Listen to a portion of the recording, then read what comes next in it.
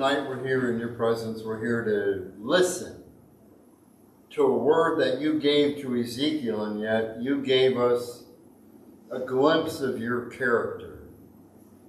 You gave us a glimpse of expectation. You gave us a glimpse of where you are in relationship to us.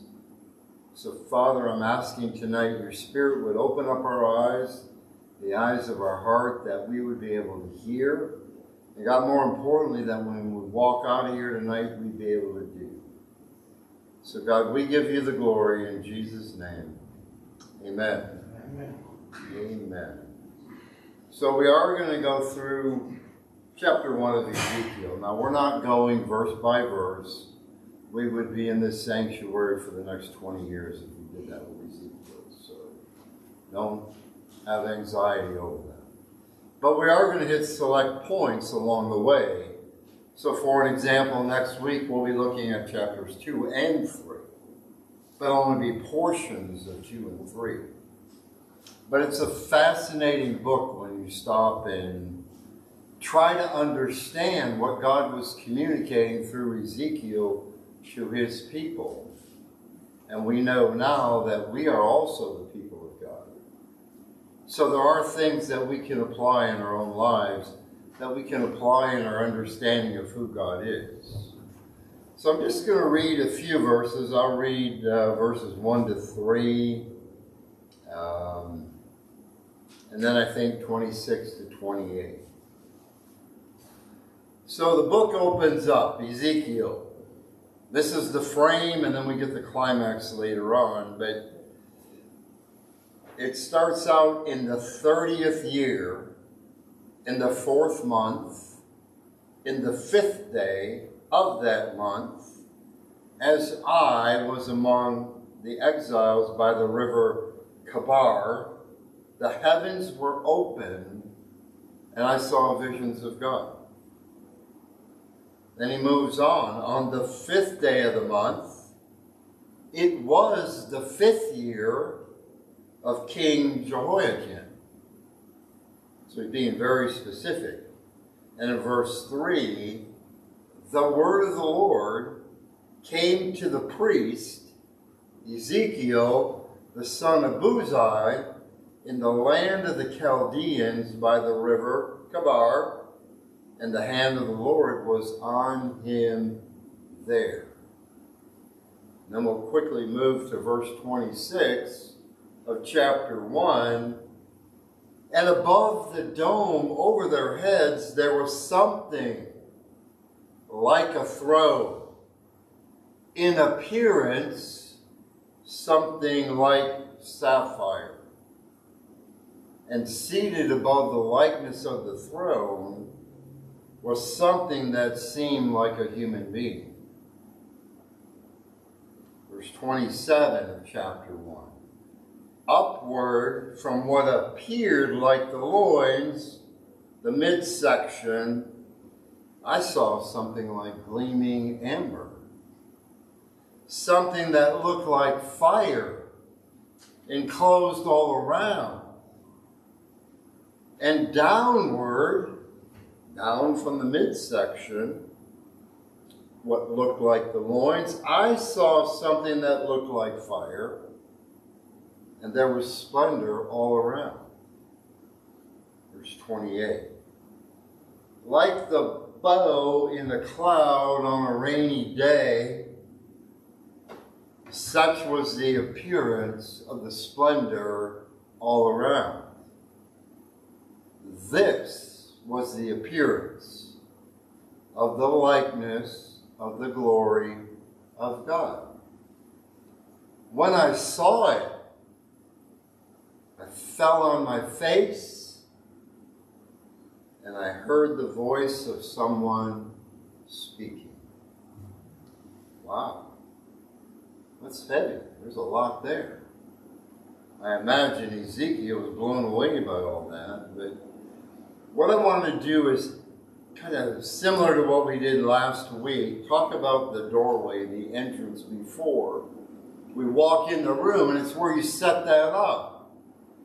And so when you look at how Ezekiel starts, He's not in the throne room. He's not in the fire. He's not even with the 4 living creatures, if you read that chapter. He starts with a date.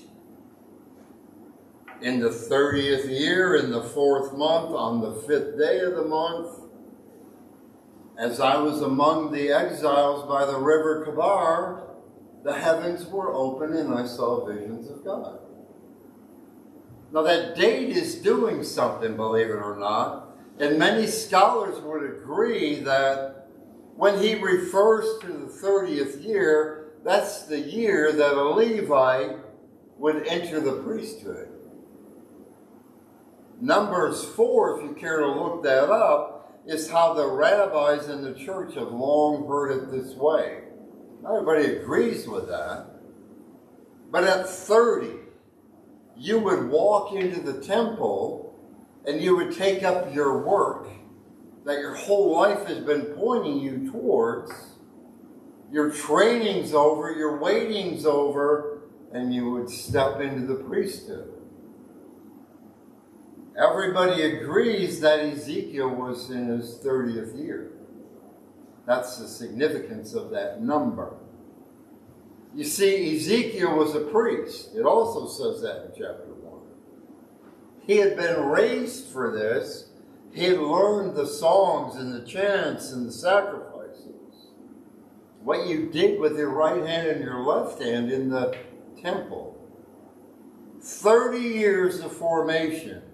All of it pointed at a building which would have been the temple. And in his 30th year, the temple is not even there. He's not in Jerusalem. He's in Babylon. And I really want you to see this. If you look at Jerusalem and you follow the path that the exiles took, all the way to Babylon. He's in Babylon. And he's next to what they called the river Kabar, which is nothing more than an irrigation ditch. That's what that river is. It's a canal. The Hebrew word makes it sound really impressive, but when you look at the original Akkadian language behind that, nothing more than an irrigation canal. It's a muddy waterway. And you would walk past it really without even noticing it, and maybe you even had a stench. It's not the Jordan River. It's not even the Brook Kidron. It's a ditch in a foreign country 500 miles away from Jerusalem. Possibly the distance from here to Albuquerque. On the day Ezekiel should have been entering his service in the temple in Jerusalem as a priest. And I want you to feel that just for a moment. Maybe some of you have lived it, not the priesthood, but the same shape. You spent decades getting ready for something, and it's not there. You raised the family you thought would always be there around you, and the family's not all there. You gave yourself maybe to a church that you thought was going to be there, and I found the place where I belong, and oh, the church isn't there. You did the work, you waited, you arrived, and the place where you were going to is not there. That's what Ezekiel had to deal with. That's what we deal with sometimes in our lives. You've got to ponder that. That's a deep thought. God's got something to say about it, but this is the day that Ezekiel writes out of. This is the setting he writes out of it. And look how he says it. I was among the exiles. by the river Kabar, by the canal, by the dirty water.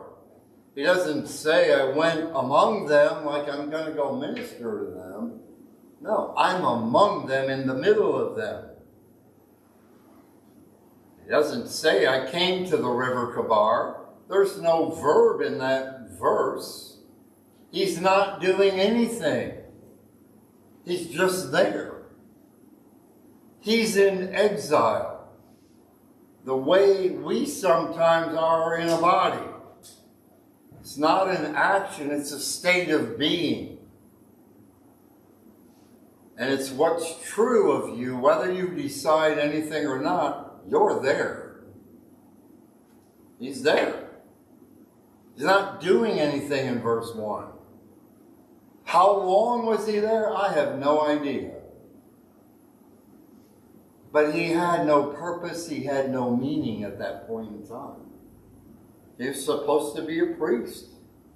But they were exiled to Babylon, and therefore the temple was destroyed, and he's got no temple to go serve in. So I imagine he's thinking, what good am I? What am I going to do? I don't have a skill set. I can't go out and build a home. I can't. He probably had a whole list of I can'ts. But he's in exile. And that's the doorway to this whole book, is understanding that first verse.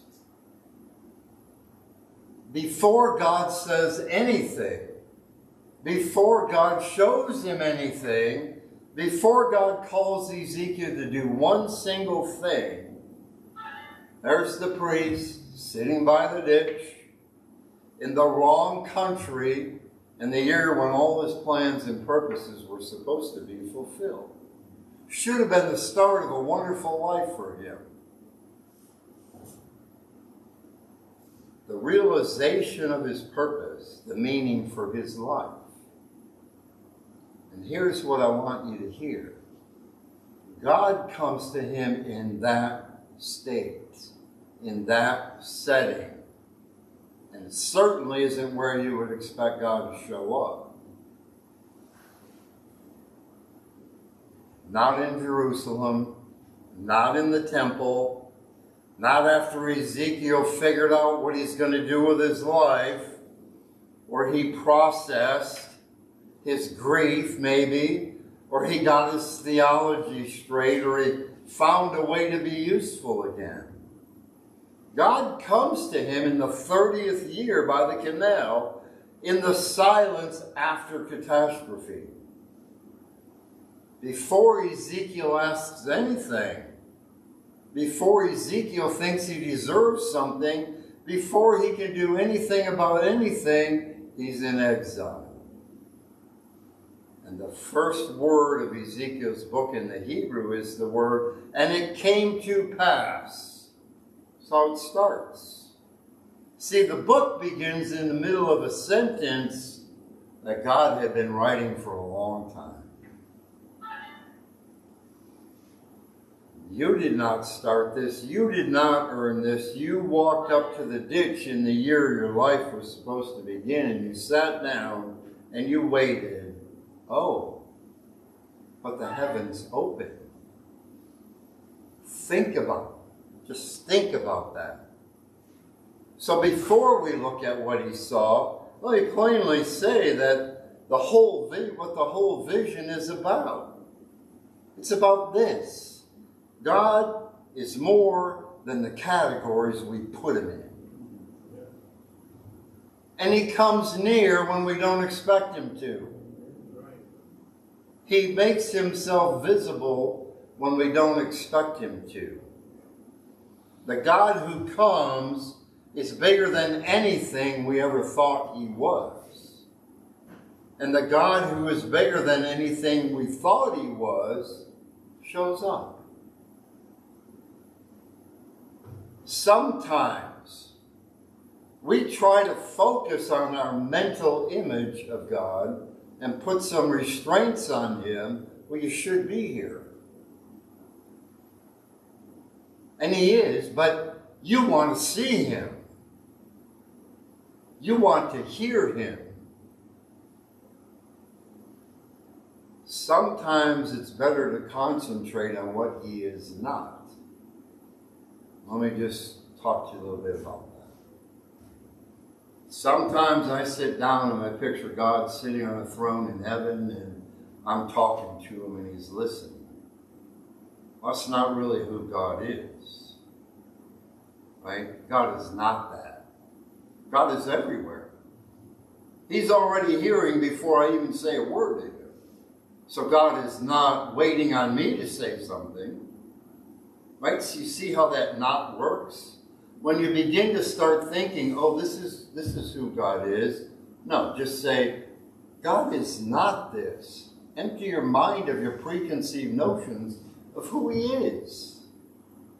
He's not the man sitting up in the clouds. I would have put some artwork up here about this vision of Ezekiel, but it's so weird that it gives you the wrong sense that God's up there looking down out of the clouds and you got all these lightning bolts falling down to earth. That's not. You say, God is not that. That's just a little side tip, but if you can discipline yourselves enough, when you start thinking, here's my image of God, just tell yourself that's not who he is. You can't tell God who he is. He's not knowable. He's way beyond who we are. And so whatever we think in our minds he looks like, or he is, or where he should be, or what he should be doing, it's all wrong. We can't understand who he is. But we can build relationship with him. And you'll see that as we go through Ezekiel. All right, the room. So that's the doorway.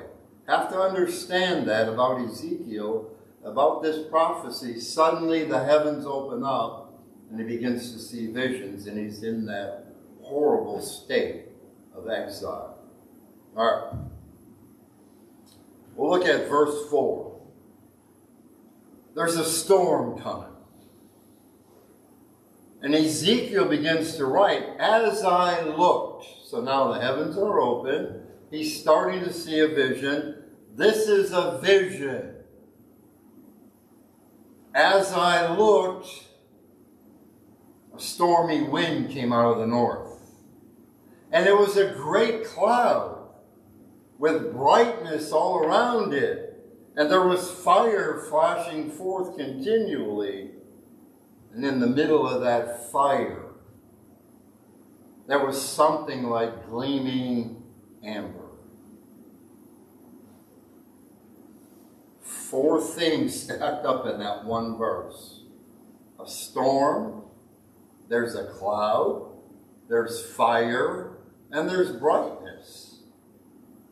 And inside all of it, he goes, oh, in the middle of all this, there is something that flashes like polished metal, like electricity, like the inside of a furnace.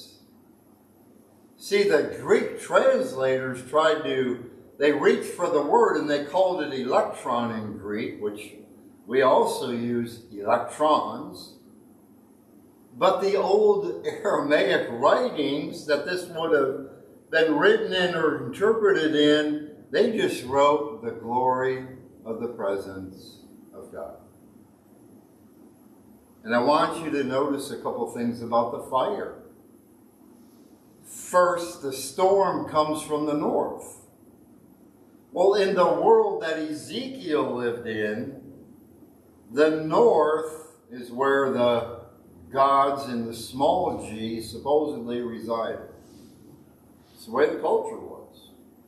That's the way the Egyptians thought. That's the way the Akkadians thought. They all thought, well, the north is where the gods come from. That's where they live. But here comes the storm from the north. It was the mystical mountain. Israel had been told in its whole history that the north was a lie. There's no God up there. Only the God who is everywhere. And his address, his mailbox, is on Mount Zion. But here in exile, the storm comes from the north anyways. God's not letting geography limit him. He's not bound to one particular mountain, one particular city. He shows up from the direction nobody expected him to show up. Oh, hang on. I don't have the map up. Maybe I'll put it up. If you look where they were in the red circle, I would have expected the storm to come out of Jerusalem. That's where they all thought God resided. That's where his presence was for Israel, in the temple. Something comes from the north. I don't see a whole lot of godly places up north. But God showed up from the direction nobody expected him to. Second, the fire is described with a word that means the fire is taking hold of itself. It's not burning anything. Right? It doesn't say it's consuming anything. It's not the consuming bush the way that Moses saw it. Moses saw that bush consumed by the fire. It's not lighting a sacrifice. It's just burning on its own. It's not being fed by anything that you can read into that. Like the fire has its own fuel and it just keeps burning. And that detail matters because whatever it is, it doesn't need anything from Ezekiel, the exiles, the world, to keep it going. God's not coming as a consuming fire here. It's not an effect that creation produces something totally different. And here's what I want you to see. In the first verse of the vision, Ezekiel uses a word about 30 times in this chapter. And the second one he uses almost half as much. That word is likeness. Likeness. He'll begin to talk in a minute about the four living creatures. It's a likeness. He uses that word. And he uses the word appearance. It appeared to me. It seemed to me. It was like the appearance of a likeness. The appearance, when we talk about the creatures, there's a likeness of the throne. There's the appearance of a likeness. The appearance of the likeness of the glory of the Lord. He never says, I saw God.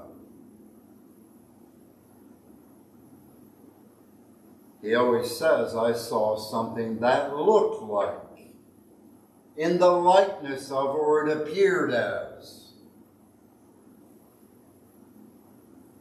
And the Hebrew puts a hedge and a hedge and a hedge in between what he sees and the one thing all of this is pointing at. Now, John Calvin called this accommodation. Calvin says it like this in the book he wrote on Institutes in the Reformation. God speaks to us the way a nurse would speak to a baby. He lisps, right? How many times do you see a nurse in the hospital or a parent?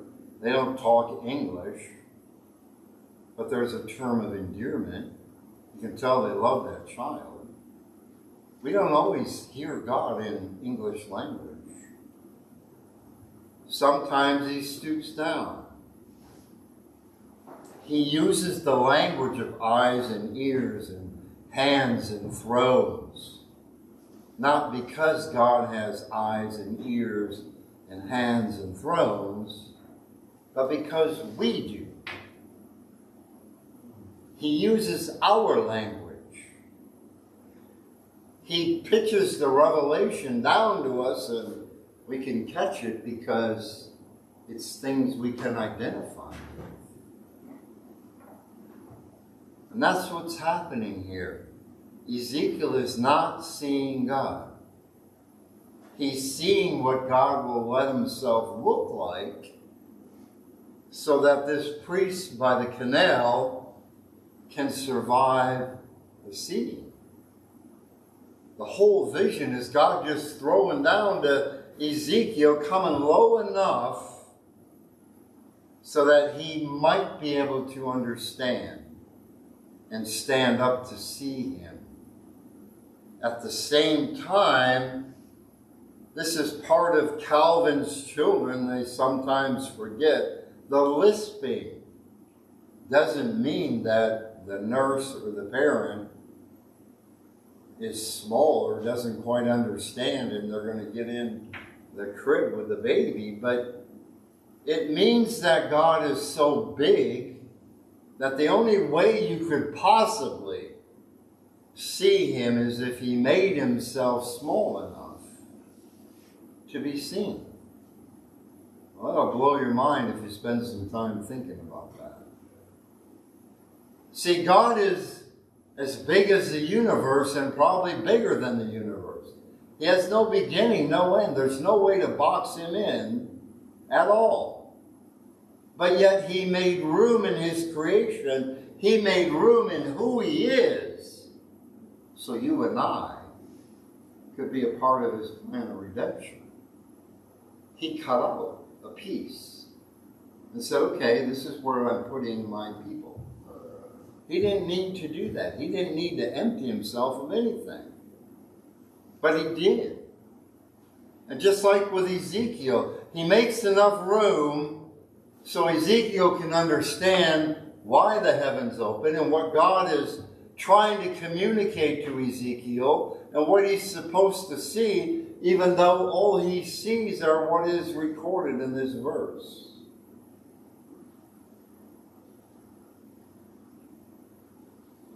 See, the early Christian church had a way of discussing this. They distinguished between what God is in himself and what God, which is really what God is on the inside. We can't get in that space. But what God does on the outside, that's where we can begin to see what he does. Not see him, but see what he does. We see what God lets shine out. Now, we can't see the sun. If we did, we'd be blinded. You took a spaceship 1,000,000 miles up and stared at the sun, you'd go blind, wouldn't you? The sun is that bright. We see the light of the sun, right? We feel the warmth of the sun, but you can't go look at the core of the sun. It ain't going to happen. And the light is really the sun. And it's the only way you and I will ever be able to receive the sun without burning up. You cannot look at the glory of God. God says it in Scripture or you'll die. He said, Moses, you got to turn your back because when I pass by, if you turn around, you will surely die. And that was the fear in most of the Israelite people. We can never see God because if we did, we'd be consumed. The only person that ever could was Moses. And he had to wear a veil because the glory of God shone so brightly off him and blinded people. But that was something unique in that relationship.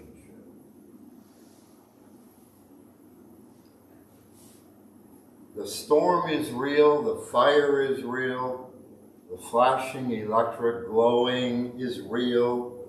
Every bit of it is light from a source we can't look at directly. The vision protected Ezekiel because if he were looking directly at it, he would be consumed. But God protected him as God began to reveal some things to him. Just hold that as we look a little bit further. 4 living creatures out of the fire. This is the next thing that Ezekiel writes down. In the middle of it was something, now notice the word, like, something like. 4 living creatures. And this was their appearance. They were of human form. Now, did he say he saw 4 humans in there? In the middle of it was something like 4 living creatures. This was what it appeared to me that they were of human form. Now he goes on to say each of them had 4 faces and 4 wings. One was the face of a man, there was a face of a lion, there was a face of an ox, there was a face of an eagle. And he said they go straight forward without even turning. And fire moves between them, and lightning flashes from them. And wherever the Spirit goes, they go. That's a strong picture right there. In the middle of it was these 4 creatures. The first thing he says is the human likeness. They were of human form. Of all the shapes God could have given to the ones who bear his presence, he gives them a human shape. Does that make sense? Not for the king, not for the sovereign king and the creator of the universe. I would think he'd have 4 of his archangels accompanying him. But they have a human likeness in the vision that Ezekiel's seeing. And there's a reason God would have opened his eyes up to see that. They have a human shape. The creatures that hold up this throne, and you'll discover that's what he's looking at as we move through this. The creatures holding up the throne look like you and I. Human form. They're not abstract symbols. They're not pure light. He didn't say that. The basic form, the underlying form of it all, is human. Long before the Word became flesh in Bethlehem, the vision at the Kabar Canal was already saying it. The throne of God rides on the shape of a human being.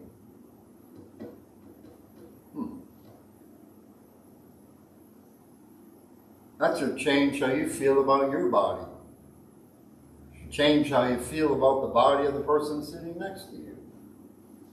The seraphim of Isaiah covered their faces in the presence of God. The cherubim of Ezekiel, they come bearing a human likeness into the presence of God. That tells me we are not a mistake. We're not a problem. We're not a thing God puts up with so he can get the right soul count. The human form is dignified enough that God chooses in this vision to put it underneath his throne. That should be a great comfort for you and I. Second thing is the Spirit. If you look at verse 12, each of these creatures, the 4 faces, the wheels, each moved straight ahead. Wherever the Spirit would go, they went without turning as they went. In other words, they're only going forwards, backwards, sideways. They're not turning. They move. They're just always focused on one thing. Then when you look at verse 20, it's repeated again. Wherever the Spirit would go, they would go. And the wheels rose along with them for a living spirit. was in the wheels. So now you got this weird vision, and it gets weirder, and not only are there the 4 living creatures, but they all have a wheel next to them. You see, the throne moves because the Spirit moves. The Spirit is not an addition to the vision. The Spirit's the engine of this whole vision. The whole apparatus. The Spirit is the engine of Ezekiel's vision. How come it's not capitalized? Because some people choose not to capitalize it. Okay. But it isn't capitalized. It is the Spirit. Yes. Spirit. Otherwise, what would it be? Some weird demonic being or... Well, that's why I'm wondering. Yeah. So in Hebrew, they tended not to capitalize even the name of God because it was that holy to them. That's part of it, but there are guys I see it all the time. You look at one translation, it's all capital S. You look at another one, it's all small s. But it can only be the Spirit of God. That's all it can be. God wouldn't allow anything else into this vision if it wasn't. What about the human spirit? No, it was not the human spirit. It didn't. He would have said when the human moved, or the ox moved, or the eagle moved, right? It's when the Spirit moved, all these forms moved with it. 5 and 12, 12 to 20. Well, we would be here for the rest of our lives if we went through every verse, but they're all parts of his vision. So I'm leaving it up to you to read in between. I'm only highlighting the verses that are super important here. Descriptive, huh? Yes. So the Spirit, Because you get more likeness, more, this was like, the appearance, he goes into even greater detail of the vision that he had. Yep. Thank you. So, this whole apparatus, this whole machinery, the wheels, the creatures, the fire, it goes wherever the Spirit goes. And that's the second thing I want you to hold on to. The throne of God never stays put. Never stays put. It's mounted on creatures that face all 4 directions at once. Remember, there's 4. even in the New Testament? 2 and 2. Even in the New Testament? What? What in the New The Testament? wheels. Does it move? They go where the Spirit goes. In the New Testament as well. But hang on, this is a vision to Ezekiel. So I don't want to jump ahead because John will have some things to say that parallel, but not same vision. This is a unique vision to Ezekiel. And this is what he's seeing. And you'll begin to understand as we move through the book. You just got to get the foundational pieces together. And again, it's a vision. Yep, he couldn't put his hands out and grab this and go, oh, I'm going to take this home with me. And you'll see why when we get to the end of tonight, if we get that far. But the throne of God, you got to understand in your life, it never stays put. Because you never stay put. Wherever you go, you can pretty much be assured that God is there. God's everywhere. But his throne is a special piece of a vision. But you gotta know that God never stays put in one place. So the God who his presence was in the temple, that's not where he always was. He wasn't confined to that. That's the only way the people could understand it. Is if he let some of his glory hang over the Ark of the Covenant. But then they couldn't go in there anyways. Because it would be consumed. But understand this, the presence of God in your life never stays put. It's not just here.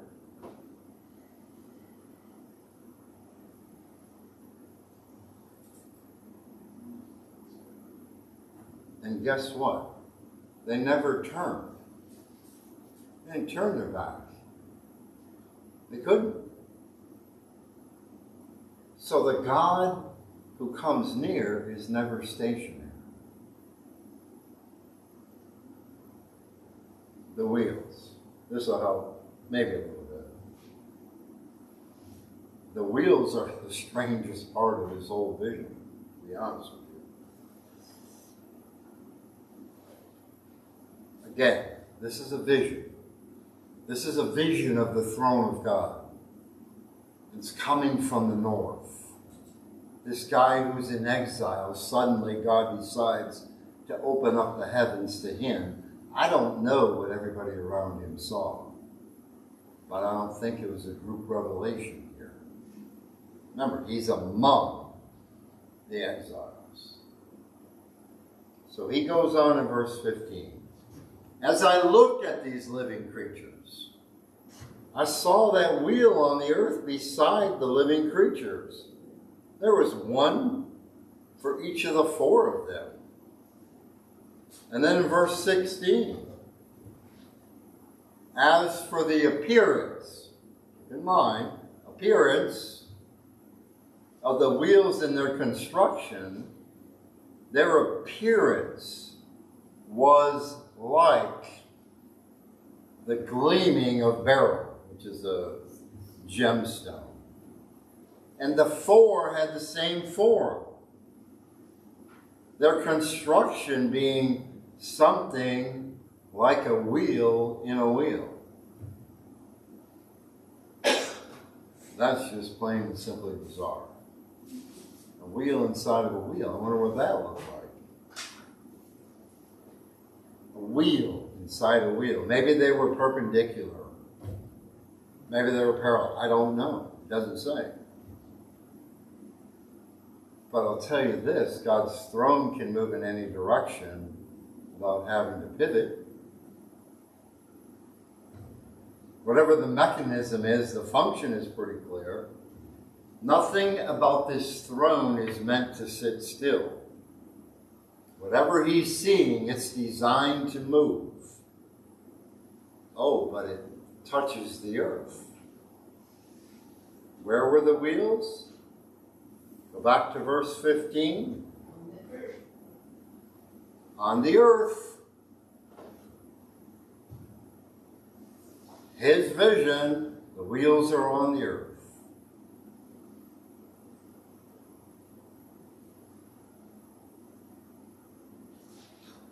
The wheel was on the earth. It's not a vision of a God who sits in heaven, watches everything going on earth from a distance. It's a vision of a throne that can touch where we live. They're right down where Ezekiel's feet are. They're right down where the dust is. Wherever the Spirit goes, the throne goes. And where the throne goes, the wheels touch the ground. You got to picture that. If you think God can't touch you where you're at, you're wrong. He's not so far above that his throne can't touch the earth. That's what I pull from the vision. And then he says this. The rims of the wheels, the outer rims, are full of eyes. This picture just keeps getting weirder and weirder. There are eyes all the way around every wheel.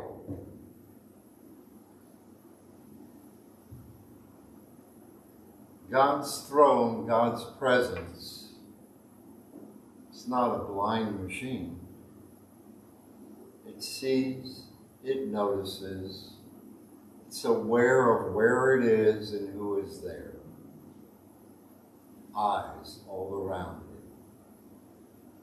Awareness. What do eyes do? They see everything. And when you're all around the wheels, and there are wheels around the living creatures, and it's not turning its back on anything, and here are the wheels, and they have eyes all around them, God's seeing all things. It's really what that represents. Eyes all the way around. An awareness of where it is and who's there. I don't think you can read this verse and still believe in a God who doesn't notice you.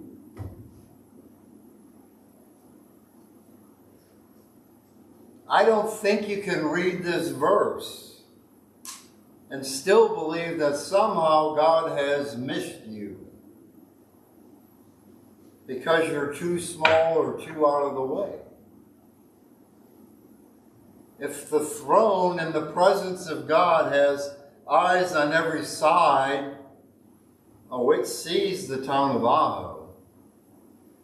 It sees this room. It sees the chairs you're sitting in tonight. The wheels are on the ground. They're on the ground right here.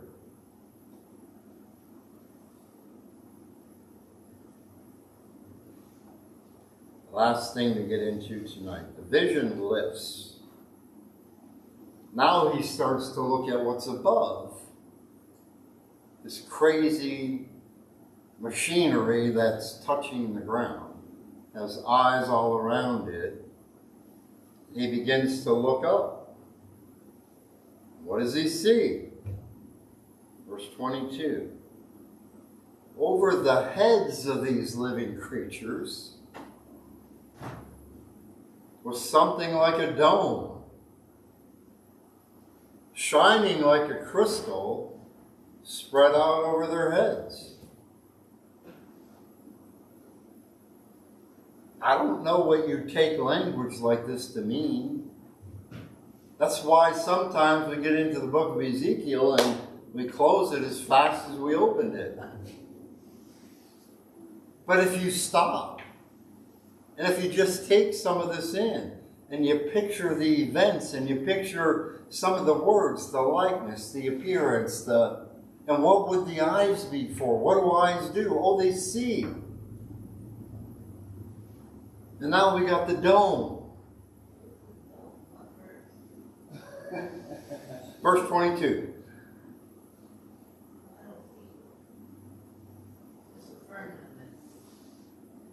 So the firmament, same thing. Some translators call it the firmament. It's the separation between the heavens and the earth. So if you go back to Genesis, but it's the dome. That's really what it means. It's a dome. It's a separation. Think about the dome in Glendale. Unless they open it, you can't see what's up above you except the dome. Right? Okay. Well, you can't. Trust me. That firmament and the dome depends on the version of the Bible that's in. Yeah, different translators call it different things. But it means the same thing. You've got this covering, this dome. It's the firmament. It's the separation of the heavens and the earth, of the separation of the waters.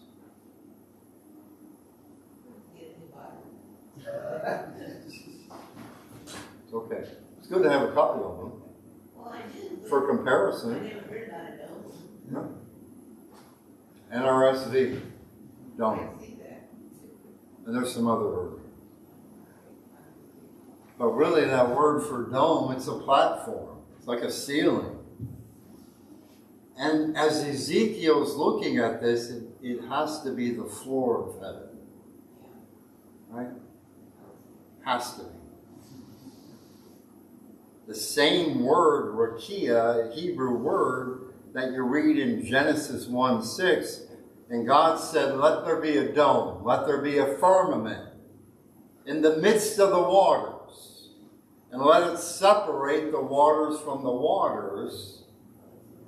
And God made the sky. Right? Right. So go back to Genesis 1:6. Yeah, the sky, but he didn't create all the lights, not on that day. He made the separation, so you would picture this whole mass of water, and God says, okay, I've got this, I'm creating something out of nothing. Let me throw a dome in here, or you're going to be saturated in water, and then what good is it? Because whatever I create will drown. Right? So he makes the separation. It's the same word, firmament and dome. It's the same word in Ezekiel as it is in Genesis 1:6. What Ezekiel is looking at is the floor of heaven, and he's seeing it from underneath it. And I want to pause here. This is where one of the most important pieces of his whole vision happens, and it can slip past you if you don't take your time with this. The platform is between Ezekiel and the presence of God. It's a barrier. But he says it's clear. It's like crystal. He can see through it. He can see the throne. He can see a figure on the throne, but there's something between him and what is up there. He's not standing in the throne room. He's standing under the floor of the throne room. He can see what's happening, but he can't walk in. As I pondered this, that is a perfect picture of God's grace. That's a perfect picture of God's mercy. If the platform wasn't there, the vision would have killed him. You don't go into the presence of God and not walk away, not consumed. There's a reason the Bible keeps saying you can't see God and live. The platform is the same kind of mercy as the cleft in the rock where Moses hid when God's glory went by. It's the same kind of mercy as the cloud on Mount Sinai when God was giving the law. God's showing Ezekiel as much as Ezekiel can stand to see in his vision, and not one drop more. The crystal floor is the threshold. Just put it, one of the commentators put it this way, of what a human nervous system can even bear. It is the coming near that also is the holding back. It's both at once. We don't have a category for that. We're used to either or. Either God is up there and remote, or God's down here and our best friend. We don't actually see a picture of a God who is both. Fully here, fully near, fully bringing his throne into our exile, and fully holding back the parts of him that we couldn't bear to see or understand. But what's happening in the room is the vision. Both things at once, the crystal floor, but yet he sees the throne. There's the closeness, but there's the holding back. I've mentioned Rabbi Sachs a few times to you. He points something out at the name of God, about the name of God that he gives himself at the burning bush. Remember, Moses asked, "What's your name? What do I call you?" God answers in 3 Hebrew words that are usually translated, "I am who I am." that's future tense. Sachs says you could translate it as fairly as saying, I will be what I will be. I will be there in the way I want to be there in your life. I will show up the way I will show up, and you will know who I am by what I do and when I do it. That changes a lot of things when you have that understanding. The God of the Bible is not, first of all, a metaphysical riddle or something you got to somehow figure out. He's not the first of all. He's not, first of all, the answer to the question, what kind of stuff is God made of?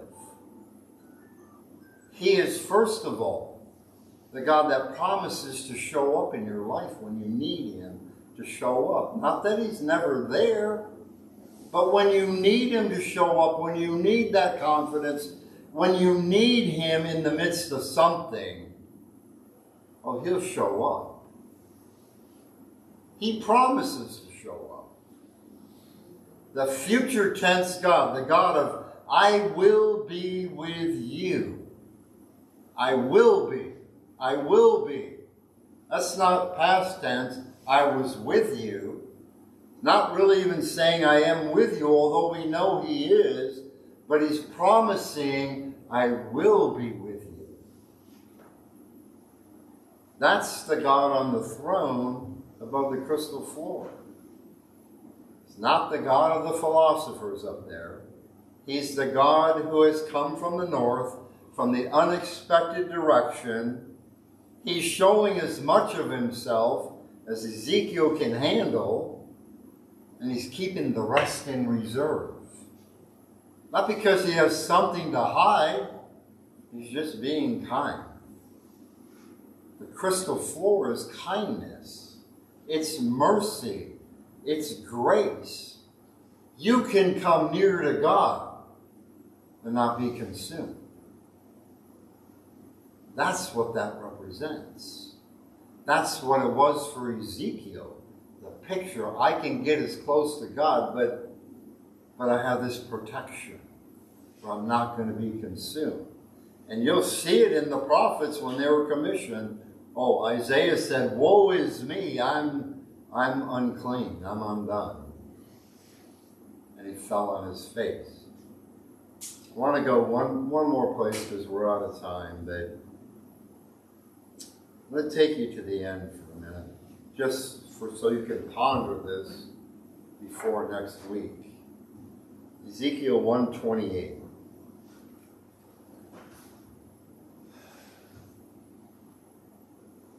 I don't know that's the right verse,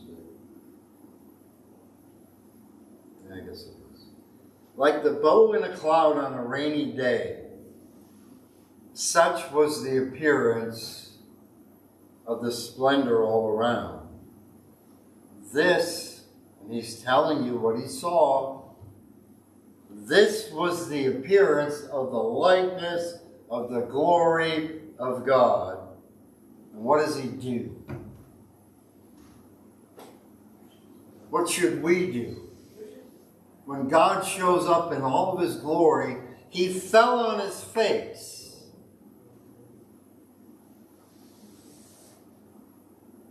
And He could hear the voice of someone speaking to Him. Prophets in exile. Everything's coming apart. He sees a rainbow in the sky. We know what that means. It's covenant. It's God's covenant, right?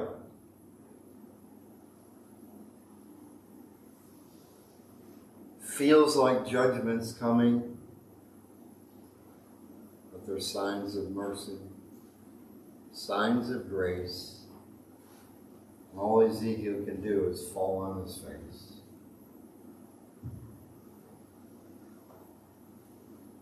He falls. That's the only sentence that gives you any reaction from Ezekiel throughout his whole video.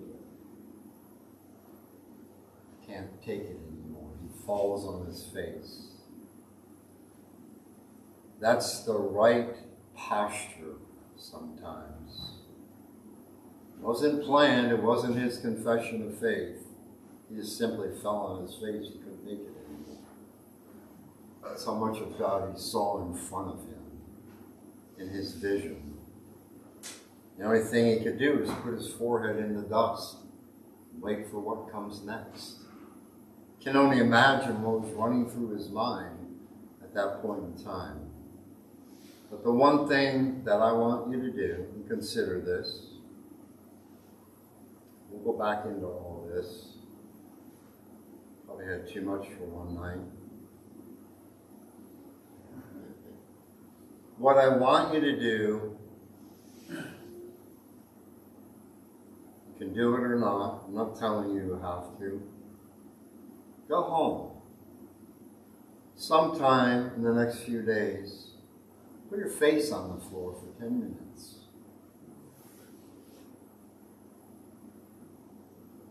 Pick a day. Pick a time. Go into a room. Lie down on the floor. If you can't lie on the floor, do it on your knees. If you can't do it on your knees, maybe you can lay on your back, or maybe you can sit in a chair with your hands open on your lap and your head bowed down. Do it for 10 minutes. The point is the posture. It's not where you are. That was the point with Ezekiel. It was the posture. And when you stop trying to figure God out for 10 minutes, you just have to let the throne be the throne. That's the practice I would love to see everybody do this week. Nothing else. I'm not giving you any other application. We're going to come back to this. And when the glory finally lifts,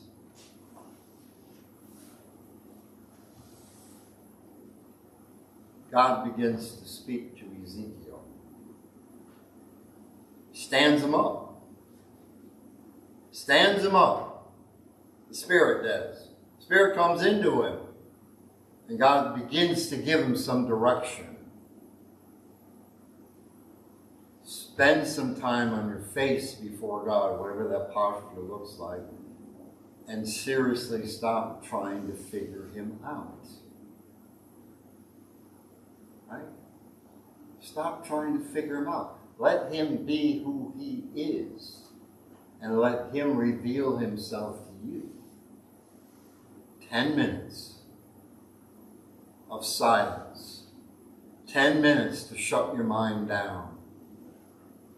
10 minutes to let him show up in your life. Not that he's not there, in a different way. Because we have our agendas. We have our prayer list. We have all the things we need to do, places to go, people to see. Got a show to watch. I got to listen to the radio program I listen to every morning. I've got this and all that. 10 minutes. Ezekiel fell on his face, and God revolutionized, took him out of his place of exile, and gave him a purpose. That's what you need to take away from this. 10 minutes, the posture, and let God be God. Don't figure him out. All right. Father, tonight this was your word, and Lord, sometimes these visions just seem so unnatural to us, confusing to us. And yet here, in one man's life, who was in exile and couldn't even do what his whole life had been purposed for up to this point in time, and he begins to get out of the woe is me, and he begins to see you for who you are. And God, with all these brilliant flashes of light, that he saw in his vision all of these creatures, all of the eyes, all of the wheels, the movement. And then he sees you, your glory, not you as a human being, but your glory and the brightness of who you are. All he can do is fall on his face. So God, I'm asking you would speak to your people tonight. Lord, I'm asking that we would have fresh visions. Talked about it in Joel on the day of Pentecost, when Peter preached his sermon. Oh, your young men shall dream dreams, and your old people shall have visions. So God, I'm asking you would fall fresh on us. And as each one would give 10 minutes to be on their face before you, that we would somehow get a glimpse of who you really are. And God, that's my prayer tonight. We give you the glory in Jesus' name.